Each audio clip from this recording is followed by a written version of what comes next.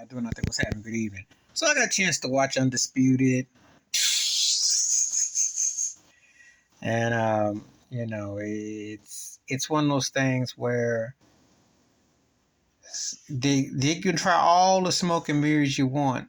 Shannon Sharpe is gonna be hard to replace. Lil Wayne's theme song sucked before it sucks now, and he's overrated, overstated. I never got the Lil Wayne hype. I mean, he was a breadwinner, but I just never got into him. Michael Irvin, who I call Black Randy Savage. Whoa, no one bites into a Slim Jim. He was so excited to get back in front of a camera. It's a wonder that he didn't. It's a wonder they didn't have to pull him off the set.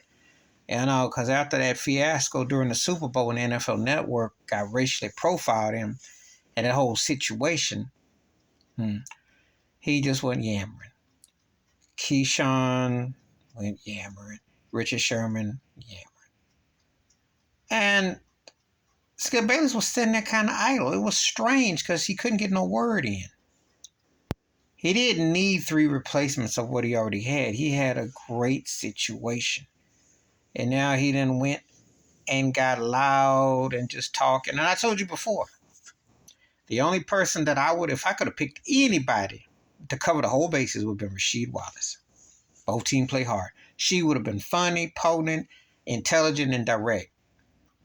Now you're sitting up at the table like you're playing Hungry, Hungry Hippo, and you got everybody gobbling, and they are all in unison, and there's no objectivity, and they all just loud and just, it's not interesting. If this had been the format before him and Shannon Sharpe were there, I don't think this thing lasts more than a year. And I've seen better talent crops pull up and get more out of it. To be honest with you, the wild card that Skip can't get, because they have to have a black cop, white cop. But if you could bring a white person on, because Rachel Nichols is suspect, and unless there's a basketball around her some brother's eye, I don't know what she can really do. Max Kellerman, because he came a long way, would be the perfect